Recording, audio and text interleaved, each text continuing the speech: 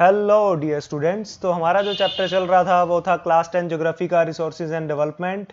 तो आज हम उसका पार्ट 7 कवर करने वाले हैं। लास्ट टाइम हमने जो स्टार्ट किया था वो सॉइल रिसोर्सेज में स्टार्ट किया था, जिसमें हमने अलूवियल सॉइल और ब्लैक सॉइल को कवर कर लिया था, यानी कि जलोढ़ मृदा और काली मृदा के बारे में हमने पढ़ लिया था। तो आज हम उससे आगे पढ़ने वाले हैं, काफ़ी चीज़ें डिस्कस करने वाले हैं। तो बढ़ते हैं आगे।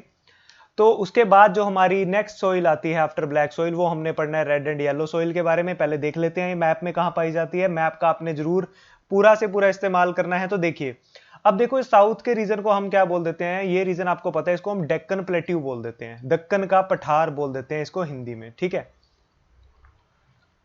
अब डेक्कन प्लेट्यू पे देखा जाए, अगर मैं इस रीजन की बात करूं, दक्कन के पठार की, तो आपको जो रेड एंड येलो सॉइल देखने को मिल रही है वो एक तो इसके ईस्ट एरिया में देखने को मिल रही है, अगर मैं सिर्फ डेक्कन प्लेट्यू की बात करूं, और उसके साउथ वाले, और उसके बाद आपको कहां देखने को मिल रही है, नॉर्थ ईस्ट की कुछ स्टेट्स में देखने को मिल रही है।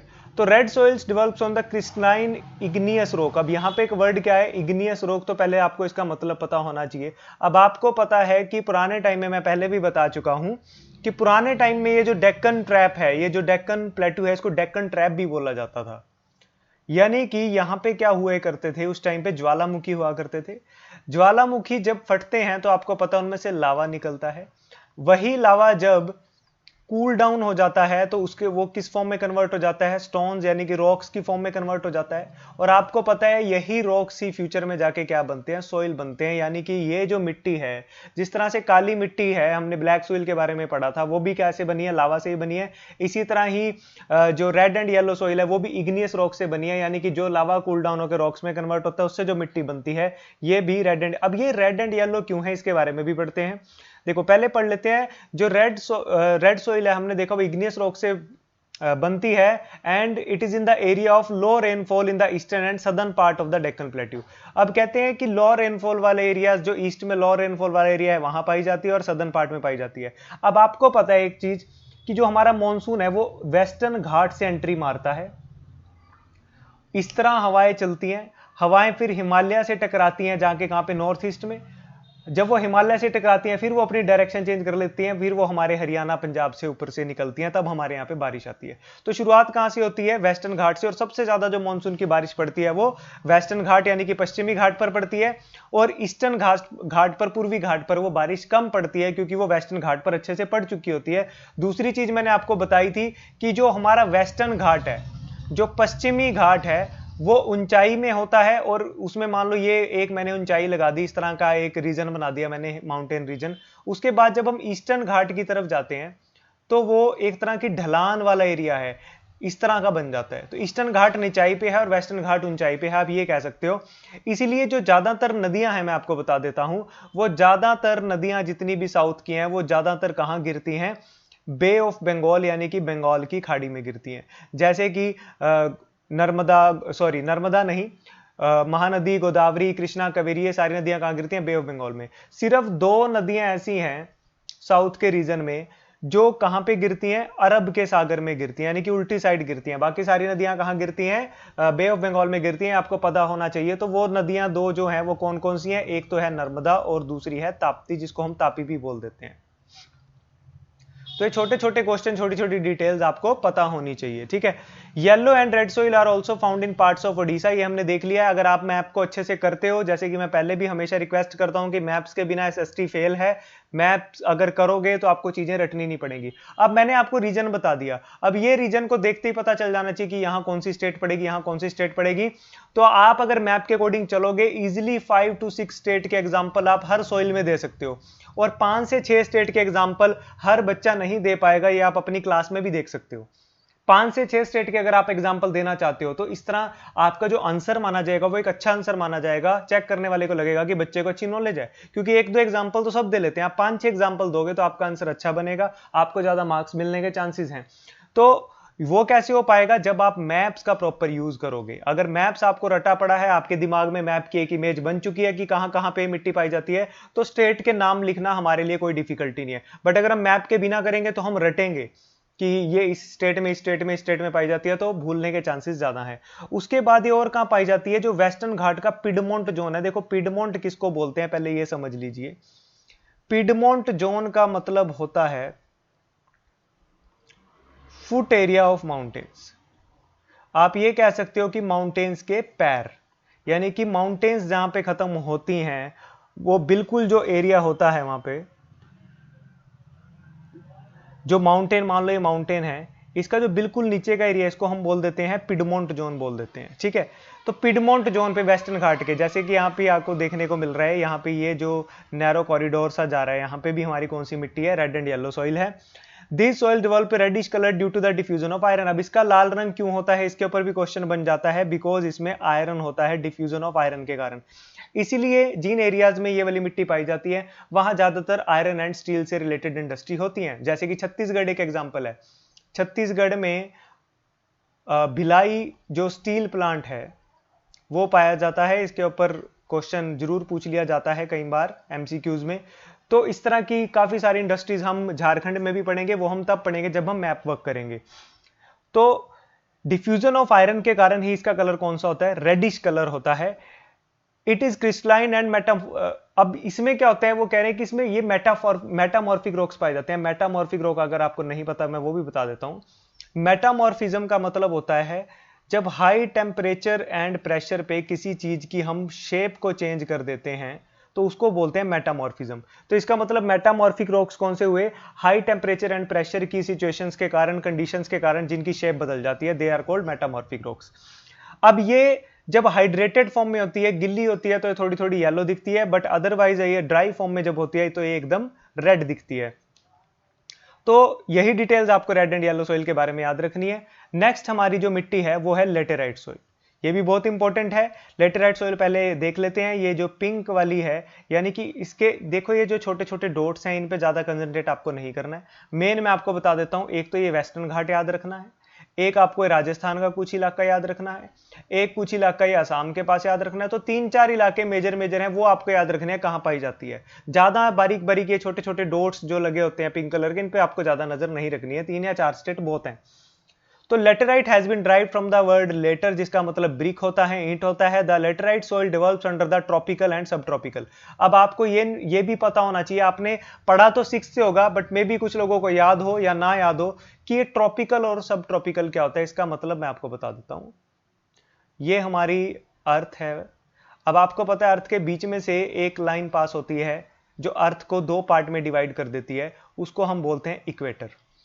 अब इक्वेटर के नॉर्थ डायरेक्शन में, इक्वेटर के ऊपर जो लाइन पास होती है, जो कि इंडिया में से पास होती है, जो इंडिया को 2 पार्ट में डिवाइड कर देती है, उसको हम बोलते हैं ट्रॉपिक ऑफ कैंसर। ये आपको पता होगा कि इंडिया को 2 पार्ट में डिवाइड कर देती है। इक्वेटर के नीचे से एक लाइन पास होती है, उसको बोलते हैं हम tropic of cancer, sorry tropic of capricorn. Cancer India में से पास होती है।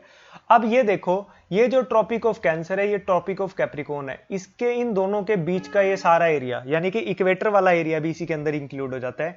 इस एरिया को हम बोल देते हैं ट्रॉपिकल रीजन।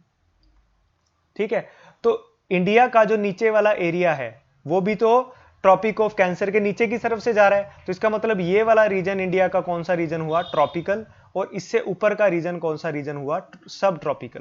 ये बात आपको याद रखनी है। तो इंडिया के नॉर्थ रीजन को हम सब ट्रॉपिकल बोल देते हैं और साउथ रीजन को ट्रॉपिकल बोल देते हैं। The laterite soil develops under the tropical and subtropical climate with the alternative wet and dry season। अब ये कई जगह पे जहां पे वेट एरिया है, जहां बारिश होती है, वहां भी पाई जाती है। जैसे आपको वेस्टर्न घाट देखने को मिल रहे हैं जहां पे मानसून अच्छा पड़ता है। राजस्थान के सूखे इलाके में भी पाई जाती है।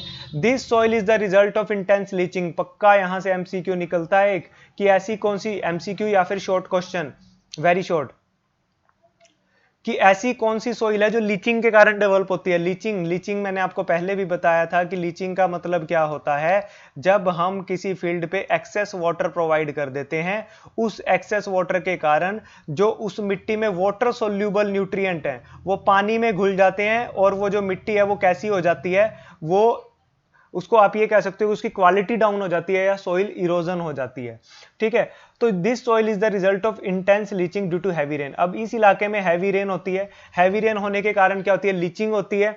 तो वहां पे जो मिट्टी डेवलप होती है उसको, जैसे यहाँ पे पिंक कलर आपको देखने को मिल रहा है इस एरिया में, तो यहां पे जो मिट्टी डेवलप होती है उसको क्या बोल देते हैं हम, लेटेराइट सॉइल बोल देते हैं। Laterite soil are mostly very acidic, ये बहुत ज्यादा एसिडिक होती हैं, generally deficient in the plant nutrient and occur mostly in the southern states. ये ज्यादातर साउथ की स्टेट्स में पाई जाती हैं और इनमें न्यूट्रिएंट्स कम ही होते हैं लेटेराइट सॉइल के अंदर। Western Ghat region of Maharashtra, Odisha, some part of west Bengal and north east, ये मेरे को आपको बताने की जरूरत नहीं है, जब मैंने आपको मैप पे बता दिया कहां कहां है तो आपको पता चल जाना चाहिए, ठीक है। ओडिशा का रीजन यहां पे पड़ गया, वेस्ट बंगाल का रीजन यहां पे पड़ गया, उसके बाद नॉर्थ ईस्ट में असम के नीचे मेघालय वाला रीजन पड़ गया, इधर राजस्थान और इधर ये वेस्टर्न घाट। ये 3-4 रीजन आपने याद रखने हैं जहां पे लेटेराइट सॉइल पाई जाती है। Where these soil support deciduous and evergreen forest. Deciduous forest कौन से होते हैं, जहां पे जो पेड़ होते हैं वो अपने पत्तों को छोड़ते हैं, शेड देयर लीव्स, पतझड़ ऋतु में जिनके पत्ते झड़ जाते हैं। एवरग्रीन उन पेड़ों को बोलते हैं, उन वनों को बोलते हैं जो सदाबहार रहते हैं, यानी कि सारा साल उन पे हरियाली रहती है। तो चाहे वो डेसिडुअस फॉरेस्ट हो, चाहे वो एवरग्रीन फॉरेस्ट हो, हर जगह पे ये सॉइल क्या करती है, सपोर्ट कर सकती है। It is humus rich but under sparse vegetation. Sparse का मतलब पता है, देखो खुली जगह पे, जैसे मान लो पेड़ लगे हुए हैं डिस्टेंस पे एक दूसरे से दूर दूर, उसको तो बोलते हैं स्पार्स। डेंस उसको बोलते हैं जैसे एक दूसरे से बिल्कुल जुड़े हुए ऐसे पेड़ों का नेटवर्क या फिर फॉरेस्ट का नेटवर्क बना हुआ है, उसको हम बोल देते हैं डेंस। डेंस का मतलब होता है एकदम एक दूसरे जुड़े, स्पार्स होता है दूर दूर। जैसे इंडिया में कुछ फॉरेस्ट पाए जाते हैं उनको डेंस फॉरेस्ट बोलते हैं, वो इतने ज्यादा डेंस होते हैं, इतने ज्यादा पेड़ जो है एक दूसरे से लगे होते हैं कि उनकी जो नीचे की भूमि है उस भूमि पे कभी भी धूप नहीं पड़ती, कभी भी, यानी कि उस भूमि के ऊपर कभी भी धूप नहीं पड़ेगी, इतने ज्यादा कनेक्टेड हैं वो आपस में, उसको बोल देते हैं डेंस फॉरेस्ट। और जो हमारे स्पार्स वेजिटेशन या स्पार्स फॉरेस्ट हैं वो उसमें क्या होते हैं, जो वेजिटेशन होती है वो दूर दूर होती है, यानी कि लैंड के ऊपर प्रॉपर एयर का, धूप का, हर चीज का डायरेक्ट इंपैक्ट होता है। तो ये चीज आपने याद रखनी है। Under sparse vegetation and in semi arid environment, semi arid जैसे कि यहाँ पे राजस्थान का सूखा इलाका है, इसकी बात हो रही है। It is generally humus poor, तो जहां पे तो बारिश ज्यादा होती है वहां भी पाई जाती है, वहां इसमें ह्यूमस कंटेंट यानी कि ऑर्गेनिक मटेरियल ज्यादा होता है, जैविक मटेरियल ज्यादा होता है। और जहां पे बारिश कम होती है, सूखे इलाके हैं, वहां पे ह्यूमस पुअर होती है। They are prone to erosion and degradation due to their position on the landscape. अब ये कहते हैं ऐसी ऐसी जगह पे पाई जाती है। अब ये इलाका बिल्कुल सूखा है, यहाँ पे हवा ज्यादा चलती है, तो हवा के कारण इसकी क्या हो सकती है, इरोजन हो सकती है। ये मैंने पहले भी बताया था इरोजन क्या होती है, अगर आपको नहीं कुछ याद है तो आप पिछले वीडियोस देख सकते हो। यहाँ पे बारिश ज्यादा होती है, मेघालय में भी वर्ल्ड की सबसे ज्यादा बारिश होती है, तो यानी कि लेटराइट सॉइल ऐसी ऐसी जगह पे पाई जाती है जहां पे इसकी इरोजन और डिग्रेडेशन के चांसेस ज्यादा हैं, क्योंकि किसी जगह पे बारिश ज्यादा हो रही है तो किसी जगह पे हवा ज्यादा चल रही है, कहीं जगह पे पानी के कारण इरोजन होगी तो कहीं हवा के कारण होगी। After adopting appropriate soil conservation techniques particularly in the hilly areas of Karnataka, Karnataka के जो हिली एरिया है वहां पे इस मिट्टी में अगर सोइल कंजर्वेशन की, यानी कि भूमि को का जो संरक्षण जिसको बोल देते हैं, कंजर्वेशन मींस संरक्षण, अगर हम प्रॉपर संरक्षण के तरीके अपना लें तो साउथ के कर्नाटक रीजन में जहां मिट्टी पाई जाती है, केरला में जहां मिट्टी पाई जाती है, तमिलनाडु में जहां मिट्टी पाई जाती है, वेरी यूजफुल है टी और कॉफी की प्रोडक्शन के लिए। अब आपको पता है टी सबसे ज्यादा वैसे प्रोडक्शन कहां पे होती है, असम में होती है, और कॉफी की सबसे ज्यादा प्रोडक्शन कहां होती है, कर्नाटका में। तो ये क्वेश्चन भी आपको पता होने चाहिए।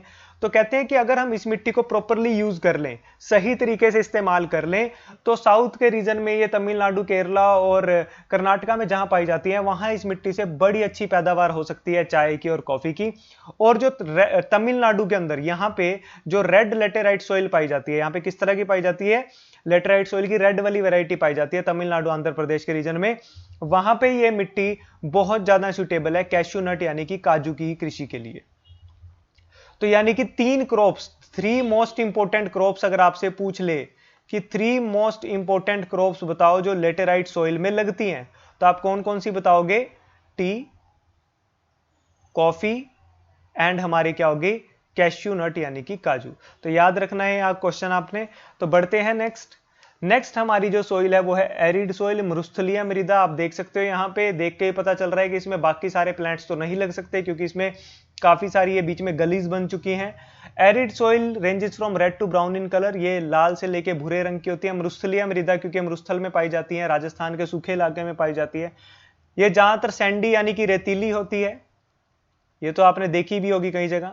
एंड सेलाइन इन नेचर, यानी कि इनमें जो साल्ट लेवल है वो काफी ज्यादा होता है, काफी ज्यादा सॉल्ट लेवल होता है। In some areas the salt content is very high and common salt is obtained by evaporating the water. कहते हैं काफी एरिया में तो इसमें सॉल्ट इतना ज्यादा पाया जाता है कि इसमें से पानी को उड़ा के नमक बना लिया जाता है। Due to the dry climate, high temperature, evaporation is faster and the soil lacks the humus and moisture. अब आपको पता है इन इलाकों में, राजस्थान के सूखे इलाकों में पानी की कमी है, तो इसमें जो अब वहां पे धूप बहुत तेज पड़ती है, तो जितना इसमें थोड़ा बहुत मॉइस्चर होता है वो भी धूप से उड़ जाता है। तो इसलिए इस मिट्टी के अंदर मॉइस्चर कंटेंट जो होता है वो बहुत कम होता है, बहुत कम ह्यूमस होती है। The lower horizon of the soil are occupied by कंकड़ because of the increasing calcium content downward. तो कहते हैं इस मिट्टी में नीचे की तरफ अगर हम जाएं तो कैल्शियम कंटेंट काफी होता है। अब क्या आपको पता है कैल्शियम कंटेंट के कारण उसमें क्या बन जाते हैं, उसमें कंकड़ बन जाते हैं। ठीक है, The conquered layer formation in the bottom horizon restrict the infiltration of water। अब ये जो बॉटम में मिट्टी के नीचे जो कंकड़ लेयर पाई जाती है, इसके कारण जो पानी है वो मिट्टी के बिल्कुल अंदर तक नहीं जा पाता, इनफिल्ट्रेशन प्रॉपर नहीं हो पाती।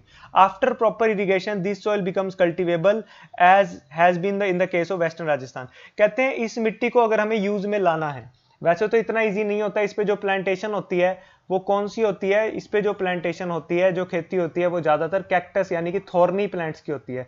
थॉर्नी मतलब कंटीले प्लांट्स की, कंटीले पौधों की होती है, जिसका एक एग्जांपल कैक्टस भी है। वो यहाँ पे ग्रो कर सकता है। अगर हमने इसको एग्रीकल्चर में लाना है तो हमें वाटर फैसिलिटी प्रोवाइड करनी पड़ेगी, यानी कि अगर राजस्थान के इस इलाके में पानी अच्छे से प्रोवाइड कर दिया जाए, सिंचाई अच्छी हो जाए, तो इस मिट्टी को भी हम एग्रीकल्चर पर्पसेज के लिए यूज कर सकते हैं। तो यही बात आपने याद रखनी है। नेक्स्ट है हमारी फॉरेस्ट सॉइल। फॉरेस्ट सॉइल आपको फॉरेस्ट से याद रखना है। One, these soil are found in the hilly and mountainous areas where sufficient rain forest are available. जहां पे अच्छे खासे बारिश पड़ती है, माउंटेन एरिया है, हिली एरिया है, वहां पे ये मिट्टी पाई जाती है। इसका जो टेक्सचर है वो माउंटेन के एनवायरनमेंट पे वेरी करता है कि वो माउंटेन्स किस रीजन में है, वहां कितनी बारिश होती है, वहां पे कितना टेम्परेचर प्रेशर होता है। तो इन कंडीशन पे डिपेंड करता है कि इस मिट्टी का टेक्सचर कैसा होगा। Where they are formed, they are loamy and silty in valley sides and coarse grained in the upper slopes। तो अगर हम माउंटेन की बात करें तो जहां पे वैली वाला एरिया होता है, जैसे ये दो माउंटेन्स हैं, इनके बीच में वैली है, कहते हैं यहां पे तो ये बिल्कुल सिल्टी यानी कि बहुत फाइन हो जाती है और पानी के साथ मिलके बिल्कुल वेट दलदल टाइप बन जाती है। और जब हम स्लोप के ऊपर की तरफ जाते हैं, ये होता है माउंटेन का स्लोप, जब हम स्लोप के ऊपर तक जाते हैं वहां ये कोर्स होती है, यानी कि खुरदरी होती है एक तरह से, और नीचे की तरफ वैलीज में बहुत ज्यादा फाइन हो जाती है। अब आपको पता है कई कई माउंटेन्स पे, अगर हम हिमालय की बात करें, वहां तो सारा साल क्या रहती है, बर्फ रहती है। तो जो हिमालयस के बिल्कुल बर्फ से ढके इलाके हैं वहां पे इनमें डिन्यूडेशन हो जाती है। क्या हो जाती है? डिन्यूडेशन। अब डिन्यूडेशन भी एक तरह की क्या होती है, सोइल इरोजन होती है। जैसे आपने देखा था कि मैदानी इलाकों में तेज हवा अगर डायरेक्ट मिट्टी के कांटेक्ट में आएगी तो वो मिट्टी की अपर लेयर को डिस्प्लेस कर देगी, उसको हम बोलते हैं सोइल इरोजन। अगर तेज पानी का बहाव मिट्टी के ऊपर से निकल जाएगा तो वो मिट्टी की अपर लेयर को अपने साथ ले जाएगा, उसे भी क्या बोलते हैं, सोइल इरोजन। इसी तरह जो बर्फ वाले पहाड़ होते हैं वहां पे बर्फ के कारण भी जो इनकी सोइल इरोजन होती है उसको वहां पे डिन्यूडेशन बोल दिया जाता है। वहां पे एक वर्ड आता है denudation. And are acidic with low humus content. ये जो मिट्टी है फॉरेस्ट सोइल, ये भी काफी एसिडिक होती है और इसमें भी ह्यूमस कंटेंट कम होता है। कहां पे? स्नो कवर्ड एरियाज में, यानी कि जिन हिमालयज में बर्फ पड़ती है, सारा साल बर्फ रहती है। The soils found in the lowest part of the valleys, particularly on the river terraces and alluvial fan। आपको पता है जब हमने alluvial soil पढ़ी थी, हमने क्या पढ़ी थी कि वो भी कौन सी ऐसी एक तरह की सोइल है, वो किस पे डिपेंड करती है, वो माउंटेन से जो वाटर आ रहा है, जैसे गंगा आ रही है ग्लेशियर से, उस गंगा के आसपास के इलाके में किनारों पर जो मिट्टी पाई जाती है एलुवियल सोइल होती है। ये फॉरेस्ट सोइल भी कुछ कुछ ऐसी ही होती है। ये भी जहां पे रिवर टेरेसेस होते हैं, यानी कि नदियों के आसपास जो हिमालय से नदियां निकल रही हैं, उन नदियों के आसपास के इलाके में ये मिट्टी पाई जाती है, जैसे कि एलुवियल सोइल पाई जाती है। और जहां पे ये नदियों के आसपास पाई जाती है वहां पे ये फर्टाइल होती है, यानी कि ये मिट्टी भी उपजाऊ होती है। लेकिन जहां पे स्नो कवर्ड एरिया है वहां तो आपको पता है वहां तो वेजिटेशन वैसी नहीं हो सकती, वहां तो एग्रीकल्चर वैसी नहीं हो सकता, तो वहां तो ये उपजाऊ होती नहीं है, क्योंकि वहां तो इसकी लगातार इरोजन हो रही है, जिसको हम क्या बोल देते हैं, डिन्यूडेशन बोल देते हैं। तो उसके बाद हमने पढ़ना है सोइल इरोजन और सोइल कंजर्वेशन की कुछ टेक्निक्स। अब सोइल इरोजन के बारे में तो आपको समझ आ गया कि अपर लेयर डिस्प्लेसमेंट अगर मिट्टी की हो जाती है, या फिर पहाड़ों जो स्नो वाले पहाड़ हैं वहां पे अगर डिन्यूडेशन हो जाती है, हम उसको सोइल इरोजन बोल देते हैं। ये बात तो आपको समझ आ गई होगी। अब सोइल इरोजन और कैसे कैसे होती है हमने उसके बारे में पढ़ना है। समटाइम्स, अब देखो वो क्या कह रहे हैं कि जो सोइल फॉर्मेशन है और इरोजन है, यानी कि मिट्टी का बनना और मिट्टी का इरोड हो जाना, यानी कि मिट्टी का खत्म हो जाना, मिट्टी का इरोजन हो जाना, मिट्टी की क्वालिटी का खत्म हो जाना, ये चीजें एनवायरनमेंट में बैलेंस में चल रही हैं। यानी कि अगर मिट्टी बन रही है तो मिट्टी खत्म भी हो रही है। बट कहते हैं कई बार ये बैलेंस हमारी ह्यूमन एक्टिविटीज के कारण बिगड़ भी जाता है। कैसे बिगड़ता है, सारी चीजें मैं आपको पहले ही समझा चुका हूं। डिफोरेस्टेशन, जंगलों को खत्म करना, ओवर ग्रेजिंग करना, कंस्ट्रक्शन और माइनिंग वगैरह से, या फिर नेचुरल फोर्सेज के कारण भी, जैसे विंड, ग्लेशियर और वाटर के कारण भी सोइल इरोजन हो रहा है। तो कहते हैं जिससे ये बैलेंस बिगड़ना शुरू हो जाता है। अब इस बैलेंस को बनाए कैसे रखना है, इसके बारे में भी हम पढ़ेंगे। द रनिंग वाटर अब एक तरह से यहां पे क्वेश्चन आपके पास आएगा कि गली इरोजन क्या होता है, इसके ऊपर भी क्वेश्चन आएगा। या फिर क्वेश्चन ये आएगा कि सोइल इरोजन की कोई और वैरायटीज बताइए कि कैसे कैसे सोइल इरोजन होता है। तो उसमें आप गली इरोजन होता है पानी के कारण। देखो अभी एक लैंड है, उसके ऊपर से पानी लगातार बह रहा है, लगातार बह रहा है। तो पानी धीरे धीरे जब लगातार किसी चीज के ऊपर से बह रहा है तो उसमें वो कट डालने शुरू कर देता है। तो the running water cuts through the clayey soil and makes deep channel. आपने कई बार ऐसी मिट्टी देखी भी होगी जिनके ऊपर से, जिस लैंड के ऊपर से लगातार पानी बहता है, तो वहां पे आपको ऐसी मिट्टी देखने को मिलेगी, उसके बीच में ना गलीज बन जाती है, गली बोलते हैं इनको, क्रैक्स आ जाते हैं मिट्टी के बीच में मोटे मोटे। तो इन चैनल्स, ये जो चैनल बन जाते हैं, इनके बीच में से पानी पास होता है, वाटर पास होता है। इन्हीं को गलीज और हिंदी में इसको अवनलिकाएं बोल देते हैं। The land becomes unfit for cultivation. ऐसा लैंड फिर कल्टीवेशन यानी कि कृषि योग्य नहीं रहता, और इसको बैड लैंड बोल दिया जाता है, उत्खात भूमि। इसके ऊपर भी क्वेश्चन आएगा कि बैड लैंड किसे बोलते हैं, उत्खात भूमि किसे बोलते हैं। तो आप क्या कहोगे कि जो लैंड अब कल्टीवेशन के लायक ना रहे, हम उसको बैड लैंड बोलते हैं। यानी कि कृषि योग्य भूमि जो ना रहे, हम उसको उत्खात भूमि बोलते हैं। और चंबल नदी जहां पाई जाती है, उसके एरिया में इसी को, यानी कि किसको, गलीज को रेवाइंस भी बोल दिया जाता है। रेवाइंस मतलब खड्ड भूमि। देखो जैसे एक नदी आ रही है, ये नदी का फ्लो आ रहा है, ये प्रॉपर अपनी शेप में आ रही है। अब उसके बाद जब वो ऐसे लैंड से टकराती है जिसमें क्या हो रखी है, गलीज बन रखी है, वो नदी भी ऐसे ऐसे बढ़ जाती है। एक लेयर इधर जा रही है, एक लेयर इधर जा रही है, एक लेयर इधर जा रही है, एक लेयर इधर जा रही है। ऐसा लैंड कई बार आपको देखने को मिलेगा, इन्हीं को ही गलीज बोल देते हैं हम, ठीक है। तो चंबल रीजन में, चंबल नदी का इलाके में जहां पे ऐसा काम होता है, ऐसे गलीज बनती है, उसको रेवाइंस बोल दिया जाता है, उसको हिंदी में खड्ड भूमि बोल देते हैं, ठीक है जी। बढ़ते हैं आगे। अब हमने पिछले में तो क्या पढ़ लिया कि पिछली स्लाइड पे हमने पढ़ा कि गली इरोजन क्या होता है, और कौन कौन सा, एक शीट इरोजन भी होता है। शीट इरोजन जैसे कि आप इस फोटो में देख सकते हैं, ये ज्यादातर कौन से इलाके में होता है, जहां पे ढलान वाले इलाके में। मान लो एक छोटी सी हिल की ही बात कर लेते हैं, यहां पे ये क्या आ रही है, ढलान आ रही है ना। अब क्या होगा कि अगर बारिश वगैरह होती है तो इसके ऊपर जो पानी इकट्ठा होगा हिल से, वो ग्रेविटी के कारण इस तरह एक तरह की चादर सी बना देगा। यानी कि ढलान वाले इलाकों में जब पानी की ये चादर सी बन जाती है और ये लगातार ऐसी बहती रहती है, इस चादर के कारण भी जो मिट्टी की डिस्प्लेसमेंट हो जाती है, यानी कि सोइल की इरोजन हो जाती है, उसको चादर इरोजन बोलते हैं। यानी कि एक तरह की चादर अपर्दन बोलते हैं, शीट इरोजन बोलते हैं। Sometimes water flow as a sheet, यानी कि कई बार क्या होता है, पानी एक शीट की तरह बहता चला जाता है और जो सोइल की टॉप लेयर है उसको अपने साथ बहा कर ले जाता है, इसको बोलते हैं शीट इरोजन। इसी तरह पवन इरोजन, ये तो आप पहले ही पढ़ चुके हो। पवन अपर्दन या फिर विंड इरोजन क्या होता है, जब wind blows loose soil of flat और स्लोपिंग लैंड। अगर ये आप इसकी सिंपल डेफिनेशन लिख देना कि जब हवा के कारण डिस्प्लेसमेंट हो जाती है मिट्टी की अपर लेयर की, the displacement takes place due to the wind, the displacement of the upper layer of the soil takes place due to the wind, that is called the wind erosion. ठीक है, तो wind erosion, sheet erosion, gully erosion, I hope आपको समझ आ गया होगा। तो fourth number पे वो हमें कह रहे हैं कि कई बार हम जो प्लॉइंग करते हैं, हम जो खेतों को जोतते हैं, प्लॉइंग का मतलब क्या होता है, खेतों को जोतना। जैसे यहां पे ये ट्रैक्टर से खेतों को जोता जा रहा है, आपने बहुत बार देखा भी होगा। कहते हैं कई बार हमारा ये करने का तरीका गलत होता है, इसके कारण भी सोइल इरोजन होता है। कैसे होता है देख लेते हैं। हमारा जो मेथड होता है फार्मिंग का, वो बड़ा डिफेक्टिव होता है। जैसे कि प्लॉइंग, कई बार हम प्लॉइंग करते हैं और उसमें ना स्लोप्स बना देते हैं, चैनल बना देते हैं। मैं आपको समझाने के लिए इस फोटो से समझाता हूं। देखो यहाँ पे ये वाली फील्ड जो इस फोटो में आप देख पा रहे हो, ये जो फील्ड बनी है कैसे बनी है, प्लॉइंग के कारण बनी है। खेत को जोत दिया हमने अपनी मशीन से। अब देखो ये जो बीच वाला इलाका है, यहाँ पे तो हमने क्या लगा दी, फसल लगा दी, आप इस फोटो में देखिए। लेकिन ये वाला जो इलाका है, ये तो खाली रह गया ना। अब ये खाली रह गया तो इस पे डायरेक्ट एक्सपोज हो रहा है। किसका एक्सपोज हो रहा है, डायरेक्ट एक्सपोज हो रहा है। इसको हम क्या बोल देते हैं, बेयर सॉइल भी बोल देते हैं। यहां पे डायरेक्ट एक्सपोजर हो रहा है। डायरेक्ट एक्सपोजर का मतलब है कि ये डायरेक्ट कॉन्टेक्ट में है सन के, डायरेक्ट कॉन्टेक्ट में है वाटर के, अगर रेन वगैरह आ जाती है, डायरेक्ट कॉन्टेक्ट में है विंड के। तो इस कारण ये हमारी गलत टेक्निक होती है। हम क्या करते हैं, ये जो अपर जो लेयर है हमने बनाई है, इसके ऊपर अपर जो स्ट्रिप्स बनाई है हमने, इसके ऊपर तो हम लगा देते हैं अपनी फसल, बट ये जो बीच का रीजन है इसको खाली छोड़ देते हैं। खाली रहने की वजह से ये डायरेक्ट कांटेक्ट में आ जाता है सन के, वाटर के, विंड के, इसके कारण यहाँ पे इरोजन हो जाती है। तो धीरे धीरे धीरे धीरे इसकी जो फर्टिलिटी है लैंड की वो डाउन होनी चली जाती है, यानी कि प्लॉइंग का तरीका, खेतों को जोतने का तरीका बिल्कुल सही होना चाहिए। अब ये वाली चीज आपने कई बार देखी होगी, कैसे ठीक हो सकती है, इसके बारे में भी हम पढ़ते हैं नेक्स्ट स्लाइड में। Soil erosion is also ploughing along the contour lines. अब देखो, अब ये अभी तक जो हमने पढ़ा वो सॉइल इरोजन के बारे में पढ़ा। अब हम सॉइल कंजर्वेशन को देख रहे हैं। सॉइल कंजर्वेशन के लिए एक मेथड अप्लाई किया जा सकता है, उसको क्या बोलते हैं, कॉन्टूर प्लॉइंग, यानी कि खेतों को जोतने का एक नया तरीका है। ये कहां पे, ढलान वाले इलाके में या फिर हिल या फिर माउंटेन एरिया में आपको देखने को मिलेगा। होता क्या है, जैसे ये माउंटेन है,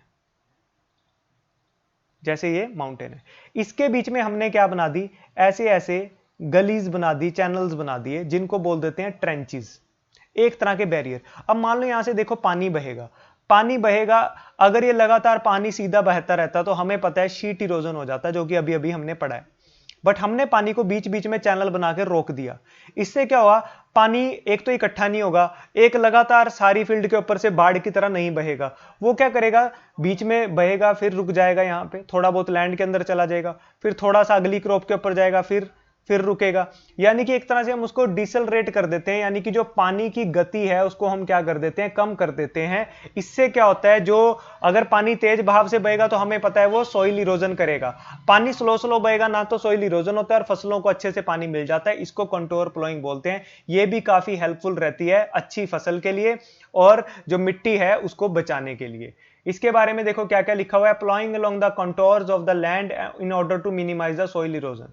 तो इसका टारगेट क्या है, सॉइल इरोजन को कम करना होता है। It reduces the erosion and run of, help preserve the top soil. ये जो टॉप की सॉइल है, टॉप लेयर है, उसको बचाने में हमारा बहुत हेल्प करता है ये मेथड। ज्यादा डिटेल में आपको जाने की जरूरत नहीं है, बिकॉज ज्यादा डिटेल में हमारे इस चैप्टर में नहीं है। ये आपको समझाने के लिए मैंने कुछ फोटोज ऐड कर दी हैं आप वीडियो पॉज करके इनके बारे में पढ़ सकते हो। नेक्स्ट जो टेक्निक हो सकती है जिससे हम क्या कर सकते हैं, अपनी फसल को अपनी सॉइल को और अपनी फसल को खराब होने से बचा सकते हैं, वो होती है स्टेप्स। जैसे कि आपको इस फोटो में देखने को मिल रहा है। अब ये भी आपको कहां पे देखने को मिलेगी, हिली एंड माउंटेन एरिया में। वहां पे क्या होता है, देखो इस तरह के स्टेप्स बना दिए जाते हैं और इन स्टेप्स को क्या बोला जाता है, टेरेसेस बोला जाता है। इसको हिंदी में सीढ़ीदार कृषि भी बोल देते हैं। इससे भी क्या होता है, देखो पानी प्रॉपर तरीके से डिस्ट्रीब्यूट होता चला जाता है, सारी फील्ड के ऊपर प्रॉपर तरीके से डिस्ट्रीब्यूट हो जाता है, ठीक है, और सॉइल इरोजन के चांसेस कम होते हैं। Steps can be cut on the slopes making terraces. Slopes का क्या मतलब होता है, ये जो ढलान वाला इलाका है यहां पे क्या बना दिए जाते हैं, स्टेप्स बना दिए जाते हैं। तो इस तरह की जो टेक्निक होती है सॉइल कंजर्वेशन की, उसको टेरेस कल्टीवेशन बोलते हैं, सीढ़ीदार कृषि बोलते हैं। इससे भी इरोजन बचाने में हमारी हेल्प होती है। वेस्टर्न एंड सेंट्रल हिमालय में टेरेस फार्मिंग देखने को मिलती है। अगर आप हिमालयन रीजन में जाओगे वहां पे आपको ये चीज देखने को मिलेगी। लास्ट है हमारी एक स्ट्रिप क्रॉपिंग हो सकती है, ठीक है। तो आपने कौन कौन सी टेक्निक्स पढ़ी सॉइल कंजर्वेशन की, स्पेशली अगर हम माउंटेन और हिल एरिया की बात करें तो आपने टेरेस कल्टीवेशन के बारे में पढ़ा। आप अब स्ट्रिप क्रॉपिंग के बारे में पढ़ने वाले, इससे पहले आपने कॉन्टोर प्लॉइंग के बारे में पढ़ा। अब स्ट्रिप क्रॉपिंग क्या होती है, large fields can be divided into strips. जैसे कि पहले भी हमने देखा था कि लैंड में क्या बना दी जाती हैं, काफी सारी पट्टियां, काफी सारी स्ट्रिप्स बनाई दी जाती हैं, इसलिए इसको पट्टी कृषि भी बोलते हैं, यानी कि पट्टियां बना देना। Strips of grass are left to grow between the crops, this break up the force of the wind, this method is known as the strip cropping. देखो ये वाला जो मेथड है ना, ये कुछ कुछ शेल्टर बेल्ट की तरह होता है। इसको मैं आपको अच्छे से एक्सप्लेन करना चाहूंगा। जैसे आपने ये स्ट्रिप्स बना दी, अब यहां पे तो आपने लगा दी वो वाली क्रॉप जो आप लगाना चाहते हो, ठीक है, जो भी आपने मान लो गेहूं लगा दी। इसका जो बीच वाला इलाका है ना, यहां पे इस वाले इलाके में आपने जो भी ग्रास वगैरह, जो भी घास वगैरह नेचुरली उग जाती है उसको उगने दिया। जैसे आप इस फोटो में देख सकते हैं, ये तो आपने अपनी वो वाली क्रॉप लगा दी जो आपको लगानी थी। इस बीच के रीजन में आपने घास उगने दिया, जो कि नेचुरली अगर कल्टीवेबल कृषि हो गया, भूमि है, उस पर अपने आप क्या होता है, घास उग जाता है। इसको क्यों आपने उगने दिया, इससे क्या होगा कि ये जो हमारी फसल है वो अगर यहां पे पानी आ जाए, बाढ़ आ जाए, डायरेक्ट पानी के कॉन्टेक्ट में आने से रोकेगा घास। अगर हवा चलती है तो भूमि को डायरेक्ट हवा के कांटेक्ट में आने से रोकेगा। इससे हमारी क्या होगी, जो इरोजन है वो बच सकती है। तो ये चीज आपने याद रखनी है। जैसे अभी मैंने 2-3 स्लाइड हम पीछे चलते हैं, अभी अभी हमने जब प्लोइंग के गलत तरीके देखे थे हमारे क्या होते हैं, तो हमने कहा था कि ये जो बीच वाला एरिया हम इसको खाली छोड़ देते हैं, इसके ऊपर क्रॉप लगा देते हैं। तो ये जो बीच वाला एरिया डायरेक्ट सन के या वाटर के कांटेक्ट में आने से इरोड हो जाता है, यहां पे इरोजन हो जाती है। इसी चीज को ठीक करने के लिए हमने स्ट्रिप क्रॉपिंग की। स्ट्रिप में हमने क्या किया, फसल तो लगा दी लेकिन बीच के एरिया में घास को उगने दिया, जिससे क्या होगा कि विंड इरोजन और सॉइल इरोजन नहीं होगा। तो ये कुछ टेक्निक्स थे जो हमने देखा कि सॉइल इरोजन कैसे कैसे होता है, और जब वो सॉइल इरोजन हो जाता है तो सॉइल कंजर्वेशन के क्या क्या तरीके होते हैं, कितनी तरह की मिट्टी होती है, कौन कौन से इलाके में पाई जाती है। आई होप कि आपको ये चैप्टर अच्छे से समझ आया होगा। तो इसी टॉपिक के साथ हमारा इस चैप्टर का होता है दी एंड। तो ये चैप्टर आप अच्छे से पढ़ लेना, सारे वीडियो सेशन को अच्छे से देख लेना, नोट्स बना लेना, और कोई डाउट्स हो तो हमसे आप कभी भी पूछ सकते हो। तो इन वीडियो सेशंस को अच्छे से जब भी आप देख रहे हो तो कोशिश किया करो कि नोट साथ ही साथ बनाया करो, ताकि आपको बार बार वीडियोस को देख के टाइम वेस्ट ना करना पड़े। ठीक है, अपना टाइम बचाओ, उस टाइम को यूटिलाइज करके प्रॉपर नोट्स बनाओ, प्रॉपर तरीके से रिवीजन करो, और मैप्स को जरूर यूज करो। तो मिलते हैं आपसे फिर नेक्स्ट वीडियो सेशन में। Thank you so much for watching.